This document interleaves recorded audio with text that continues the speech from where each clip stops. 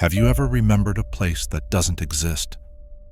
This Redditor claims he spent his childhood summers in a town called Marrowick, a place that can't be found on any map, in any record, or in anyone else's memory, and yet something there still remembers him. Have you ever remembered something so deeply, so intricately, with so many tiny details stacked one on top of the other like layers in sediment, that even entertaining the idea of it being false makes your brain physically push back, like your mind itself is offended? That's how I feel every time someone tells me there's no such place as Marrowick. That name probably means nothing to you, and apparently it now means nothing to anyone. But to me, it was the center of my childhood summers. A lakeside town tucked off a narrow service road in northern Michigan, far from any major cities. The kind of place you only knew about if someone told you. And even then, you'd miss the turn unless you knew exactly which mile marker to watch for.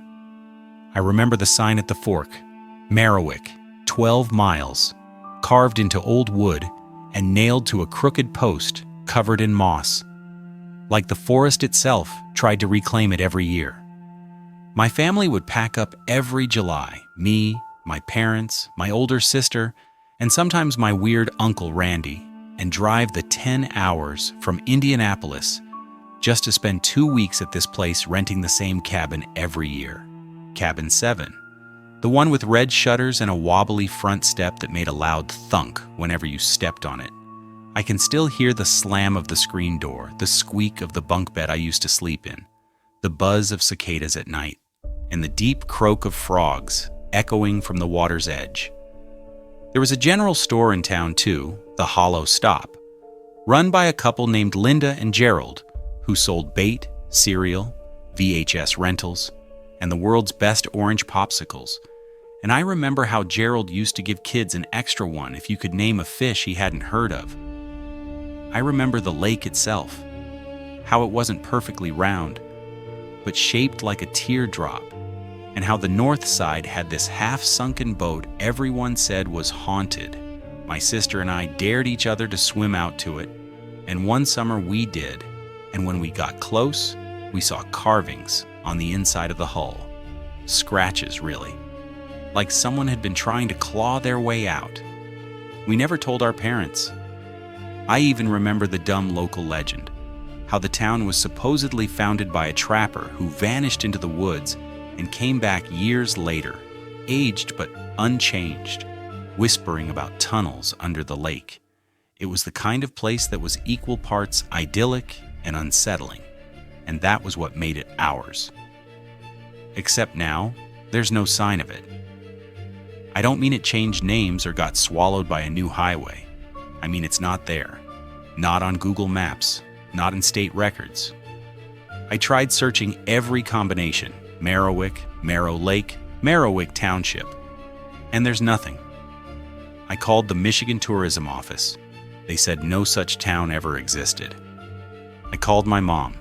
She said she has no idea what I'm talking about. My sister laughed and said I was probably dreaming about a camp or a movie. But here's the thing, I have proof. Or at least I did. 2 months ago, I found an old, disposable camera from one of those trips. You know, the kind you had to wind up and develop at a pharmacy. I took it to get the photos printed, and when I picked them up, my heart dropped. Every picture was ruined.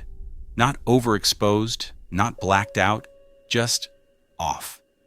Blurry forests that didn't match the geography, lakes with no shoreline, people with their backs turned, some of them with no faces. In one photo, I'm standing on the dock holding a fish, but the water behind me is completely still, like glass, and my shadow is pointing in the wrong direction. I thought maybe the camera had been damaged, until I noticed something written on the back of one of the prints, in handwriting I didn't recognize. It just said, "It's not gone. It's waiting." I didn't write that. No one I know did. A few weeks later, I decided to drive up to where it should have been. Based on the route I remember, the landmarks, the turns, I followed every memory like a breadcrumb trail.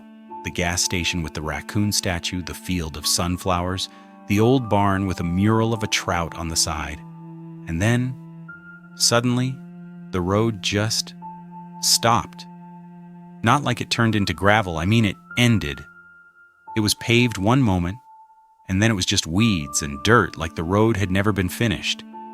I checked my GPS, it was blank, just a gray square, no service. I got out and walked a little, calling out into the trees like an idiot, half expecting to hear a dog bark or a kid laugh. But there was only this awful silence, like the woods themselves were listening. I turned back to the car and saw something on the windshield, a slip of old yellow paper tucked under the wiper. I hadn't seen it before. It was brittle and curled, with a single sentence written in black ink. Same handwriting as the photo. "You remembered?" That's how it starts. I swear to God. I drove out of there so fast, I almost crashed twice. That night, I had a dream, if it was a dream, of the dock. But the lake was completely dry, and the cabins were half buried in the mud, windows shattered, doorways dark and yawning like open mouths. I haven't gone back. I haven't even talked about it again until now, but lately, I've been waking up at 3:17 a.m. every night, exactly that time. And the last 3 mornings I've found pine needles on my bedroom floor. My windows stay closed. I don't own any pine trees. And the worst part? Last night I found a trail of wet footprints, starting from my closet and ending at the foot of my bed. So, what do you think really happened? Who or what was leaving those notes? And if the town never existed, how did it find him again? If you enjoyed this story, drop a like so I know you're into this kind of horror content. Comment your theory below. Was it a ghost, a time glitch, or something worse? And don't forget to follow for more stories that blur the line between memory and madness. Stay scared, stay awake,